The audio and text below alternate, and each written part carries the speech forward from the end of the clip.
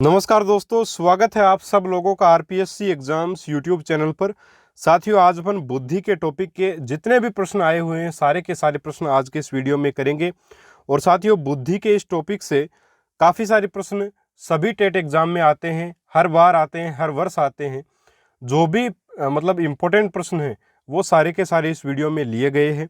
निश्चित रूप से आपके लिए बेहद इम्पोर्टेंट वीडियो है साथियों, पूरा ज़रूर देखिएगा। बहुत सारी चीज़ें आपको नई सीखने को मिलेंगी और काफ़ी फ़ायदा भी इसका आपको परीक्षा में मिलेगा, क्योंकि प्रीवियस ईयर प्रश्न ही साइकोलॉजी की सबसे बड़ा जो है हथियार है साइकोलॉजी को तैयार करने का। वही अपन कर रहे हैं। यूनिट 2 अपनी कंप्लीट हो चुके हैं, यूनिट नंबर 3 अपनी चल रही है और पहला ही टॉपिक है इसका बुद्धि, और इसके प्रश्न अपन आज करने वाले हैं। बिना समय गवाए साथियों शुरू कर लेता हूँ। पहला आपका प्रश्न है कि निम्न में से कौन सा कथन सत्य नहीं है। जो सत्य कथन नहीं है वो बताना है। बुद्धि एक जैविक प्रक्रिया है। 2, शिक्षण एक लक्ष्य उन्मुख प्रक्रिया है। 3, अधिगम जीवन भर चलने वाली प्रक्रिया है। 4 है विकास एक मात्रात्मक प्रक्रिया है। तो यहाँ पे आपका कौन सा उत्तर सही रहेगा साथियों? तो देखिए, कौन सा कथन सत्य नहीं है ये बताना है। तो देखिए, विकास एक मात्रात्मक प्रक्रिया है, ये असत्य कथन है। क्यों? क्योंकि मात्रात्मक तो विकास होगा ही, साथ में ये गुणात्मक भी होता है। ठीक है, तो यहाँ पे आपका ऑप्शन नंबर 4 जो वो बिल्कुल सही उत्तर रहेगा कि सत्य कथन नहीं है। बाकी बुद्धि एक जैविक प्रक्रिया है, लक्ष्य उन्मुख प्रक्रिया है, अधिगम जीवन भर चलने वाली प्रक्रिया, सही बात है। लेकिन विकास एक मात्रात्मक नहीं बल्कि गुणात्मक प्रक्रिया है। तो ऑप्शन नंबर 4 यहाँ पे इस प्रश्न का उत्तर रहेगा। फर्स्ट ग्रेड में आया हुआ प्रश्न है आपके 2020 में, बहुत बढ़िया प्रश्न था, इस बार भी आ सकता है। दूसरा आपका प्रश्न है कि आमतौर पर बौद्धिक स्तर की गणना शैक्षणिक प्रदर्शन के साथ खालिस्तान से संबंधित होती है, कम, अत्यधिक, मध्यम रूप से या पूरी तरह से।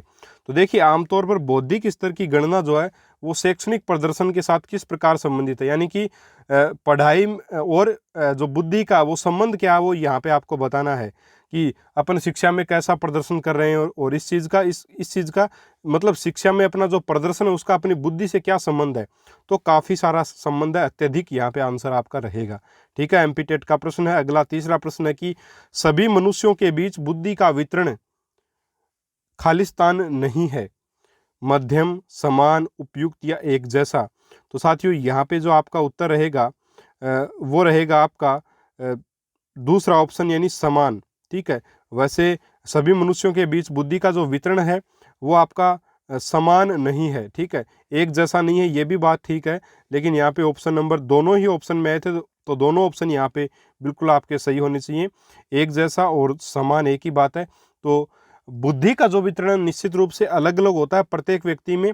दिमाग जरूर भगवान ने सबको दिया है, लेकिन वजन भी उसका सेम है, आकार भी लगभग थोड़ा बहुत छोटा बड़ा हो सकता है, लेकिन दिमाग दिया सबको है।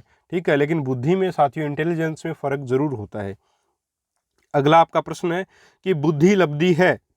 आपके 4 ऑप्शन आपके सामने। बुद्धि लब्धि का जो सूत्र होता है साथियों वो क्या होता है आपका?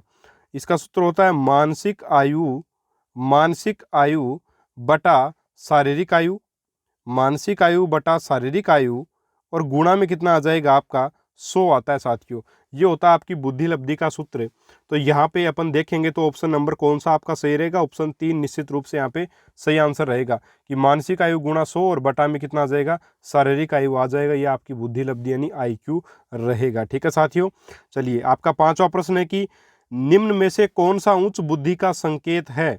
1, बुद्धि लब्धि परीक्षण में 105 अंक प्राप्त करना। दूसरा, याद करके पता बताना।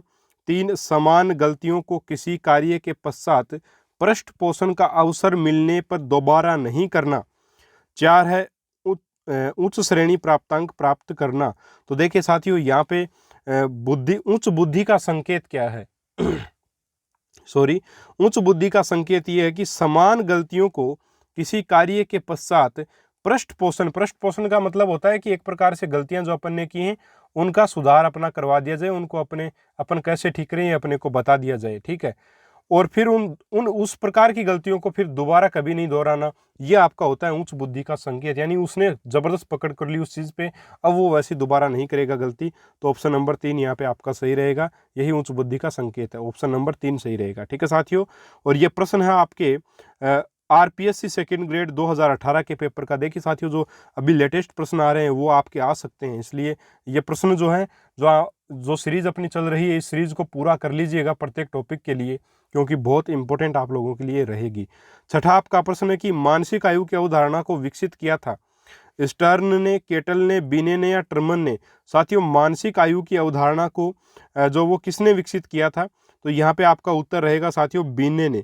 जो आपके अल्फ्रेड बिने हैं उन्होंने मानसिक आयु की अवधारणा को विस्तारित या विकसित किया, और ये इन्होंने किया 1908 में साथियों इन्होंने किया था। आपके अल्फ्रेड बिने ने 1908 में जो है वो मानसिक आयु अवधारणा का विस्तार या उसको विकसित किया था। ठीक है, तो थोड़ा ये भी आपको ध्यान में रखना। बाकी आईक्यू स्टर्न जो है वो आईक्यू शब्द जो उन्होंने दिया था, सबसे पहले आईक्यू शब्द का प्रयोग जो है वो स्टर्न ने किया था, 1912 में किया था, ये भी आप लोगों को पता है। इसके अलावा साथियों अगर अपन देखें तो बुद्धि परीक्षण का मापन जो है उसके जन्मदाता भी अल्फ्रेड बिने को ही जो वो माना जाता है। केटल जो वो मानसिक परीक्षण शब्द, केटल ने क्या दिया था, मानसिक परीक्षण शब्द। ठीक है, मानसिक परीक्षण शब्द, मानसिक परीक्षण शब्द जो वो साथियों किसने, शब्द का प्रयोग किसने किया था, केटल ने किया था 1890 में। और ट्रमन तो आप सब लोग जानते हो, ट्रमन ने एक प्रकार से बुद्धि लब्धि के आधार पर बच्चों का वर्गीकरण भी किया था। ठीक है, तो बुद्धि लब्धि के आधार पर ट्रमन ने वर्गीकरण किया, और भी काफ़ी सारी चीज़ें की, वो सारी बता रखी हैं आप लोगों को। निश्चित रूप से आपको वह वीडियो ज़रूर देखना चाहिए, और ज़रूर से ज़रूर जो है आपको बुद्धि लब्धि से संबंधित सारी चीज़ें एक बार फिर से रिवाइज करनी चाहिए। और यहाँ पे आपका उत्तर रहेगा अल्फ्रेड बिने, यानी मानसिक आयु की अवधारणा किसने विकसित की थी, अल्फ्रेड बिने ने की थी 1908 में। चलिए आपका सातवां प्रश्न है कि मनुष्य का व्यवहार मुख्यतः किससे प्रेरित होता है, कौशल से, अभिक्षमता से, अभिवृत्ति से या बुद्धि से। तो जो मनुष्य का व्यवहार है वो आपके बुद्धि से प्रेरित होगा। ऑप्शन नंबर 4 यहाँ पे आपका सही उत्तर रहेगा। ये बिहार टेट का प्रश्न है और 2013 में आया हुआ है। अगला आपका प्रश्न है मानसिक आयु का प्रत्यय दिया था, किसने दिया है मानसिक आयु का प्रत्यय, अभी अभी बात की अपन ने। तो मानसिक आयु का जो प्रत्यय दिया है वो आपके ऑप्शन नंबर 1 बीने साइमन ने। ठीक है, अब अभी एक अकेला बीने यहाँ पे नहीं है, साइमन भी साथ है, तो बीने मैन व्यक्ति है इसमें और साइमन इसके सहयोगकर्ता के रूप में थे, इसलिए बीने साइमन जो इन दोनों को माना जाएगा। तो ऑप्शन 1 यहाँ पे आपका सही उत्तर रहेगा। 9वां आपका प्रश्न है कि विभेदकारी परीक्षण अंतर करता है, कमजोर विद्यार्थियों में, सामान्य विद्यार्थियों में, प्रतिभाशाली विद्यार्थियों में, उपयुक्त सभी में। तो विभेदकारी परीक्षण का मतलब ही विभेद करना है, तो वो चाहे कैसे भी बच्चों सब में विभेद करता है। ऑप्शन नंबर 4 जो है वो आपका यहाँ पे सही आंसर होगा। और विभेदकारी जो परीक्षण होते हैं उनमें बच्चों की क्षमता तथा बुद्धि लब्धि के आधार पर उन बच्चों को अलग अलग किया जाता है, यानी क्षमता और बुद्धि लब्धि इनके आधार पे, क्षमता और आईक्यू के आधार पे बच्चों को अलग किया जाता है विभेदकारी परीक्षण में, चाहे वो बच्चे सामान्य हैं, कमजोर हैं या प्रतिभाशाली हों, विभेद किया जा सकता है। तो ऑप्शन 4 यहाँ पे सही उत्तर इसका रहेगा। साथियों अगला आपका प्रश्न है 10वां प्रश्न, बुद्धि समावेश करती है अपसारी चिंतन का, अभिसारी चिंतन का, समालोचित चिंतन का या विचारशील चिंतन का। देखिए बुद्धि जो है साथियों, बुद्धि जो है वो अपसारी चिंतन का समावेश करती है। ठीक है, इसको ऐसे समझिएगा कि अपन क्या करते हैं, बुद्धि जो है वो बुद्धि मान लीजिए अपन दिमाग का केंद्र अगर माने बुद्धि है, तो इस बुद्धि से अपन दर्शन शास्त्र भी पढ़ सकते हैं, तर्क शक्ति भी पढ़ सकते हैं, गणित भी पढ़ सकते हैं, हिंदी भी पढ़ सकते हैं, गणित भी पढ़ सकते हैं, मतलब सारे मैथ्स भी हो गया आपका, हिंदी भी अपन कर सकते हैं, इंग्लिश भी कर सकते हैं, साइकोलॉजी भी इससे करते हैं। ठीक है, और बुद्धि का टॉपिक भी अपन इससे कर सकते हैं, या अपना साइंस भी अपन इससे करते हैं। तो सारी चीज़ें अपन कर सकते हैं, और इसका केंद्र क्या होता है, बुद्धि होता है, एक बिंदु होता है बुद्धि। ठीक है, तो यहाँ पे देखिए ये चिंतन जो है एक प्रकार से कहाँ एक केंद्र पे जाके रुकेगा, तो ये एक सेंटर पर जब चिंतन एक प्रकार से रुके तो अभिसारी चिंतन होगा साथियों। कौन सा चिंतन होगा, अभिसारी। तो बुद्धि जो समावेश किसका करेगी, अभिसारी चिंतन का समावेश जो वो बुद्धि करती है। तो ऑप्शन यहाँ पे 2 आपका सही उत्तर रहेगा। और ये प्रश्न पूछा गया है आपके हरियाणा टेट में, और 2014 में प्रश्न आया साथियों, मैंने कंफर्म किया इसको, इसका आंसर अभिसारी चिंतन ही रहेगा। ठीक है, और बुद्धि का तात्पर्य जो है, अगर बुद्धि का तात्पर्य पूछ लिया जाए कि बुद्धि का तात्पर्य है, तो बुद्धि का तात्पर्य क्या साथियों, फैलाव जो है वो बुद्धि का तात्पर्य, ये भी आपको ध्यान में रखना है कि बुद्धि का तात्पर्य क्या है, फैलाव बुद्धि का तात्पर्य है साथियों। ठीक है, तो बुद्धि समावेश करती है, तो अभिसारी चिंतन को बुद्धि समावेश करती है, लेकिन अगर पूछा जाए कि तात्पर्य क्या है बुद्धि का, तो वो फैलाव वहाँ पे आपका आंसर रहेगा। ठीक है। और अगला आपका प्रश्न है कि बुद्धि लब्धि संबंधी विभिन्नताओं में कौन सम्मिलित नहीं है? औसत बुद्धिमान, 2 बुद्धिमान, 3 कला में रुचि और 4 है मंद बुद्धि। तो देखिए बुद्धि लब्धि संबंधी विभिन्नताओं में कौन सम्मिलित नहीं है, तो कला में रुचि जो है वो इसका आंसर होगा। बाकी औसत बुद्धि बालक भी होते हैं और आपके बुद्धिमान बालक भी होते हैं, आपके मंद बुद्धि बालक भी होते हैं, लेकिन कोई भी श्रेणी ऐसी नहीं है जिसमें अपने IQ के आधार पे कला में रुचि वाले बच्चों को रखा गया हो। तो ऑप्शन नंबर 3 यहाँ पे आपका सही उत्तर रहेगा। ये भी हरियाणा टेट का प्रश्न है, 2015 में आया हुआ है। अगला आपका प्रश्न जो सीटेट 2016 में आया है लेवल 1 में, बुद्धि है 1 सामर्थ्यों का एक समुच्चय, 2 एक अकेला और जातीय विचार, 2 दूसरों के अनुकरण करने की योग्यता और चौथा एक विशिष्ट योग्यता। तो बुद्धि जो है वो सामर्थ्यों का एक समुच्चय, क्षमताओं का एक समुच्चय है आपका बुद्धि। ठीक है साथियों, तो ऑप्शन नंबर 1 यहाँ पे सही उत्तर रहेगा। 13वां आपका प्रश्न है कि बुद्धि के संबंध में निम्न में से कौन सा कथन सही नहीं है? 1 बुद्धि वंश, कर्म और पर्यावरण की देन है। 2 बुद्धि की लंबवत वृद्धि जीवन पर्यंत होती है। 3 बुद्धि लिंग भेद नहीं करती है। 4 बुद्धि पर किसी समूह या जाति का जन्म सिद्ध अधिकार नहीं है। ठीक है, तो कौन सा कथन सही नहीं है ये आपको बताना है। जो कथन सही नहीं है वो आपको बताना है। तो ऑप्शन 4 तो बिल्कुल ठीक है साथियों, किसी का जन्म सिद्ध अधिकार बुद्धि पर नहीं है, जो पढ़ेगा उसी को आएगी। ठीक है, और बुद्धि लिंग भेद नहीं करती है, तो ये भी बिल्कुल सही बात है। बुद्धि जो वो लिंग भेद भी नहीं करती है। बुद्धि लंबवत वृद्धि जीवन पर्यंत होती है, तो बुद्धि की लंबवत जो वृद्धि है वो जीवन पर्यंत नहीं होती। यहाँ पे आपका एक प्रकार से किशोरावस्था तक ये होता है, तो बुद्धि की लंबवत वृद्धि जीवन पर्यंत नहीं होती। ये ऑप्शन गलत है इसका। तो ऑप्शन नंबर 2 यहाँ पे आपका सही उत्तर रहेगा। बाकी बुद्धि वंशक्रम और पर्यावरण दोनों की ही देन है। वातावरण और पर्यावरण, वंशक्रम, वातावरण सब पे निर्भर करती है, लेकिन ऑप्शन नंबर 2 यहाँ पे आपका गलत कथन रहेगा। ठीक है, चलिए आपका अगला प्रश्न है कि बुद्धिमत्ता का अधिकतम विकास किस अवस्था में होता है? शेषावस्था में, बाल्यावस्था, किशोरावस्था, प्रौढ़ावस्था। पिछले प्रश्न में इसका उत्तर बता दिया मैंने आपको, किशोरावस्था में रहेगा। 15वां प्रश्न है कि निम्न में से कौन सा कथन बुद्धि के बारे में सत्य नहीं है? यह एक व्यक्ति की मानसिक क्षमता है, तो ये बात तो ठीक है, मानसिक क्षमता तो है। दूसरा, यह सामंजस्य या अनुकूलन स्थापित करने में सहायक है, ये बात भी बिल्कुल ठीक है कि बुद्धि जो है वो समायोजन स्थापित करने में सहायक होती है। तीसरा है, यह व्यवहार की गुणवत्ता से आंकी जाती है, कैसा व्यवहार आपने किया उसकी गुणवत्ता क्या उससे मापी जाती है, बिल्कुल ठीक है ये भी। अगला आपका प्रश्न ऑप्शन है कि यह स्थायी एवं अपरिवर्तनशील की विशेषता है, तो ऐसी कोई चीज़ नहीं है। बुद्धि जो वो स्थायी नहीं होती है, साथ ही उसको बढ़ाया घटाया जा सकता है। निश्चित रूप से आप दिमाग को काम में नहीं लोगे, आपकी इंटेलिजेंस कमज़ोर हो जाएगी। बहुत ज़्यादा काम में लेते जाओगे, इंटेलिजेंस बढ़ेगी। तो अपरिवर्तनशील है, बिल्कुल निश्चित तौर पर स्थायी नहीं है। ठीक है, और अपरिवर्तनशील नहीं, बिल्कुल परिवर्तनशील है और अस्थायी विशेषता है। ठीक है, तो यहाँ पे ऑप्शन 4 जो वो यहाँ पे सत्य कथन नहीं है बुद्धि के लिए, तो ऑप्शन 4 यहाँ पे आपका उत्तर रहेगा। आपका 16वां प्रश्न है कि अंतर्वैयक्तिक बुद्धि को प्रदर्शित करने वाला व्यवहार है। आरटेट 2012 का प्रश्न है। 1 दूसरे की अंतर्मन की इच्छा व मनसा का पता लगाना। दूसरा, दूसरे के मूड को भांप जाना। या तीसरा ऑप्शन है मिलते जुलते संवेगों यथा उदासी एवं पछतावा में भेद करना। अब साथियों, उदासी व्यक्ति को अगर पछतावा होता है तो वो उदास रहता है थोड़ा बहुत, है ना, कि तूने गलती कर दी, ऐसी गलती नहीं करना चाहिए था तुझे, सोचता है और उदास हो जाता है। तो दोनों लगभग एक जैसे ही हैं, लेकिन फिर भी इन दोनों में अगर भेद कर लिया तो वो किसको प्रदर्शित करेगा? अंतर्व्यक्तिक बुद्धि को प्रदर्शित करेगा। तो ऑप्शन 3 यहाँ पे आपका साथियों सही रहेगा। बाकी ऑप्शन नंबर 1, 2 और आपके 4 जो वो आपके अंतर्व्यक्तिक में आएंगे। तो ऑप्शन 3 यहाँ पे आपका निश्चित रूप से सही उत्तर इसका रहेगा। बाकी जो है पहला, दूसरा और चौथा ऑप्शन एक जैसे हैं, तो वो तो बिल्कुल हो ही नहीं सकते, क्योंकि अगर एक सही है तो फिर दूसरा भी सही होना चाहिए, और अगर पहला दूसरा सही है तो फिर चौथा भी सही होना चाहिए, क्योंकि चौथे में लिखा है कि दूसरे के विचारों एवं व्यवहारों को प्रभावित करने के लिए उनमें संबंधित जानकारी का उपयोग करना। यहाँ पे पूछा गया है अंतर्व्यक्तिक बुद्धि को प्रदर्शित करने वाला व्यवहार कौन सा है, तो वो आपको उदासी और पछतावा में भेद कर पाना, जो वही आपकी अंतर्व्यक्तिक बुद्धि की पहचान है। ठीक है, तो ऑप्शन नंबर 3 जो वो सही उत्तर इसका रहेगा। 17वां प्रश्न है कि व्यवहारिक बुद्धि को कहा जाता है मूर्त बुद्धि, अमूर्त बुद्धि, संज्ञानात्मक योग्यता या सामाजिक बुद्धि।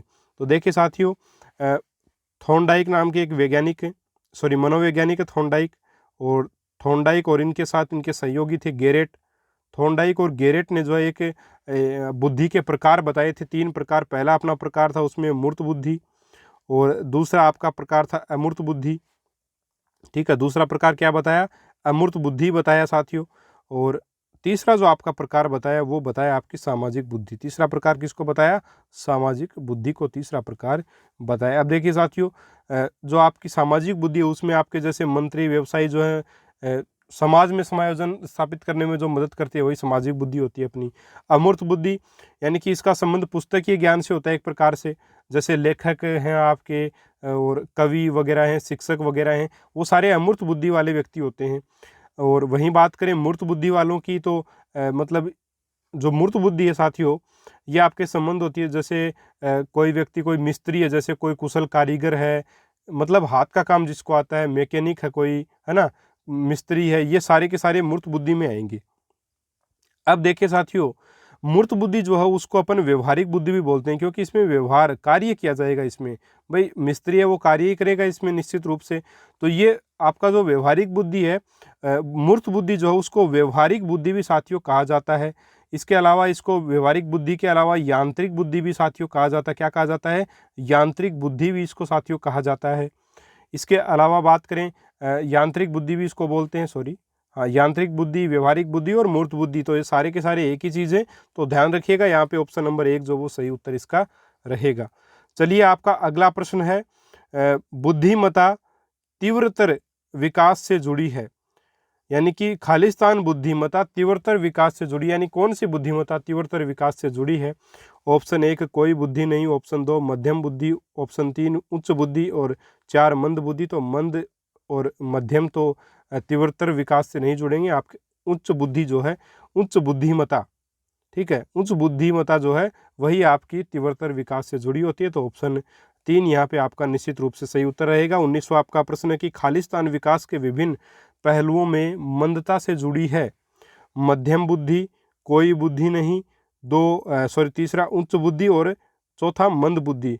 तो विकास के विभिन्न पहलुओं में मंदता से जुड़ी है, तो मंद बुद्धि जुड़ी है। निश्चित रूप से ऑप्शन नंबर 4 सही रहेगा। यह भी एमपी टेट का प्रश्न 2। चलिए 20वां अपना प्रश्न है कि किसी व्यक्ति का बुद्धि लब्धि को शुरू में उसकी खालिस्तान आयु से विभाजित उस व्यक्ति की खालिस्तान आयु के अनुपात में दर्शाया जाता है। तो आईक्यू को अपन किस अनुपात में दर्शाते हैं, यही पूछा गया है। तो इसको अपन साथियों दर्शाते हैं निश्चित रूप से, बहुत ही आसान है। ऊपर तो होती है अपनी मानसिक आयु और नीचे आती है आपकी वास्तविक आयु, ठीक है। मानसिक आयु बटा वास्तविक आयु, और गुणा में कितना आता है, 100 आता है। गुणा में कितना आता है, 100 आता है। तो अपन आराम से बता सकते हैं, यहाँ पे गुणा 100 वाली तो बात है ही नहीं इसमें ऑप्शन में किसी में। लेकिन अगर आयु के आधार पे देखें तो मानसिक और वास्तविक आयु को अपन कालानुक्रमिक आयु भी कहते हैं, ठीक है। वास्तविक आयु ही आपकी कालानुक्रमिक आयु कहलाती है। तो मानसिक आयु बटा कालानुक्रमिक आयु, और यह आपकी होगी साथियों ऑप्शन नंबर 4 में, पहले मानसिक उसके बाद ये आपका ऑप्शन नंबर 4 बिल्कुल यहाँ पे सही उत्तर इसका रहेगा, ठीक है। चलिए आपका 21वां प्रश्न है साथियों, रेवेन का प्रोग्रेसिव मैट्रिक्स टेस्ट मापता है, किसको मापता है, तो बुद्धि को मापता है। ध्यान रखिएगा, एमपी टेट का प्रश्न, हालांकि रेवेन का परीक्षण अपने नहीं है, लेकिन फिर भी थोड़ा सा ध्यान रखिएगा कि ये संबंधित है बुद्धि से, बस इतना ही याद रखना काफ़ी है। 22वां आपका प्रश्न है कि एक बुद्धि परीक्षण में सामान्य जानकारी के ज्ञान का मूल्यांकन किस प्रकार के प्रश्न से करते हैं, बूझ, सूचना, समरूप या कहावत। तो देखिए साथियों, बुद्धि परीक्षण में सामान्य जानकारी के ज्ञान का मूल्यांकन किस प्रकार के प्रश्नों से करते हैं, तो यहाँ पे आपका उत्तर रहेगा साथियों सूचना, ठीक है। सामान्य परीक्षण अपने को करना, भाई सीधा सा उत्तर लेना, तो सूचनाओं को अपन मांगेंगे, सूचना संबंधित प्रश्न वो रहेंगे। ऑप्शन नंबर 2 जो है वो इसका सही उत्तर रहेगा। यह प्रश्न आपका एमपी टेट का प्रश्न था। और 23वां आपका प्रश्न है कि एक बुद्धि परीक्षण क्या होगा जो सभी संस्कृतियों के सामान्य अनुभवों से संबंधित है, तो इसको अपन संस्कृति मुक्त परीक्षण के नाम से जानते हैं, ठीक है। तो ऑप्शन नंबर आपका एक मिनट, इस प्रश्न को, हाँ, इस प्रश्न का उत्तर ये नहीं होगा। प्रश्न क्या कि एक बुद्धि परीक्षण क्या होगा जो सभी संस्कृतियों के सामान्य अनुभवों से संबंधित हो, तो संस्कृति निष्पक्ष परीक्षण होगा। ऑप्शन नंबर 4 जो है वो यहाँ पे आपका सही आंसर साथियों रहेगा, क्योंकि सभी संस्कृतियों के सामान्य अनुभवों से संबंधित परीक्षण आपका संस्कृति निष्पक्ष परीक्षण रहेगा, ऑप्शन नंबर 4। 24वां आपका प्रश्न है कि बुद्धि के विकास के संबंध में जुड़वा अध्ययनों के परिणाम इंगित करते हैं कि एक, न तो आनुवांशिक और न ही वातावरणीय कारक महत्वपूर्ण हैं। 2, आनुवांशिक कारकों की तुलना में वातावरणीय कारक अधिक महत्वपूर्ण हैं। तीसरा, आनुवांशिक और वातावरणीय दोनों कारक महत्वपूर्ण हैं। चौथा ऑप्शन है वातावरणीय कारकों की तुलना में आनुवांशिक कारक अधिक महत्वपूर्ण हैं। तो यहाँ पे जो सही उत्तर रहेगा साथियों, आनुवांशिक और वातावरणीय दोनों कारक जो वो महत्वपूर्ण हैं बुद्धि के लिए, बुद्धि के विकास के लिए निश्चित रूप से ही दोनों कारक महत्वपूर्ण होंगे। तो ऑप्शन 3 यहाँ पे आपका सही उत्तर रहेगा। अगला प्रश्न है कि विचलन बुद्धि उपलब्धता शब्द का प्रयोग किसने किया। तो विचलन बुद्धि किसकी है साथियों, इसको डेविएशन इंटेलिजेंस भी बोलते हैं, है ना। विचलन बुद्धि यानी डेविएशन इंटेलिजेंस भी बोलते हैं। तो ऑप्शन नंबर यहाँ पे कौन सा सही होगा, डेविड वेस्लर जो है वो सही आपका आंसर रहेगा। ऑप्शन नंबर 3 इसका सही उत्तर रहेगा। इन्होंने जो है वो विचलन बुद्धि शब्द का प्रयोग किया था। 26वां आपका प्रश्न है कि निम्नलिखित में से कौन सा परीक्षण शिक्षक को शिक्षण की योजना बनाने के लिए बेहतर अंतर्दृष्टि प्रदान करता है। 1, सामाजिक मीट्रिक परीक्षण, 2, बुद्धि परीक्षण, 3, व्यक्तित्व परीक्षण और 4, दृष्टिकोण स्केल। तो यहाँ पे आपका साथियों उत्तर रहेगा वो रहेगा बुद्धि परीक्षण।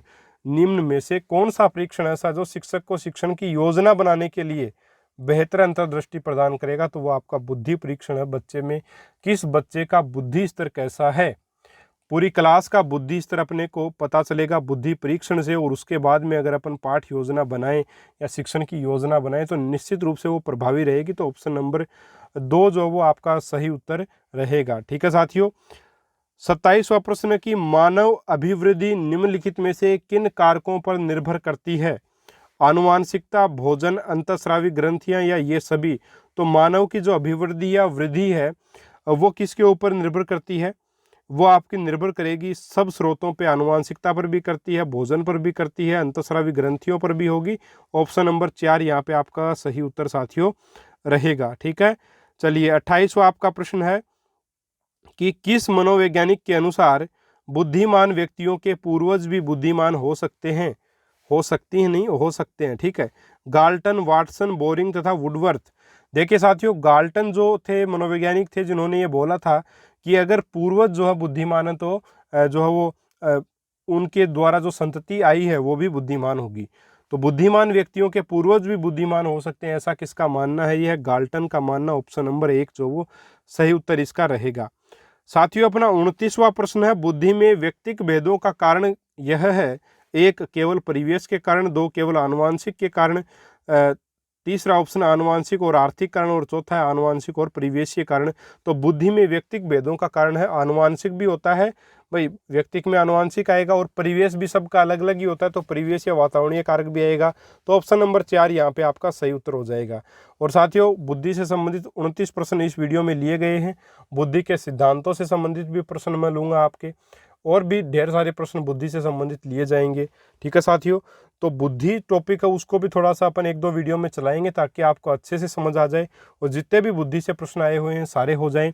साथियों अगर आपको टेस्ट पसंद आया है निश्चित रूप से आपको चैनल को सब्सक्राइब जरूर करना चाहिए, और जितने भी और हमारे पहले के जो टेस्ट हैं उसकी पीडीएफ का लिंक आपको, सॉरी पीडीएफ नहीं, आपके प्लेलिस्ट का लिंक आपको डिस्क्रिप्शन बॉक्स में मिलेगा। अगर वो प्लेलिस्ट नहीं चलती है, किसी कारण से अभी चल नहीं रही है, क्या पता क्या कारण है क्या नहीं ये नहीं पता है, लेकिन चला सकते हो आप लोग। कैसे चला सकते हो, आप लोगों को वीडियो के नीचे आरपीएससी एग्जाम्स का लोगो दिख रहा होगा साथियों, उस लोगो पे आपको क्लिक करना है।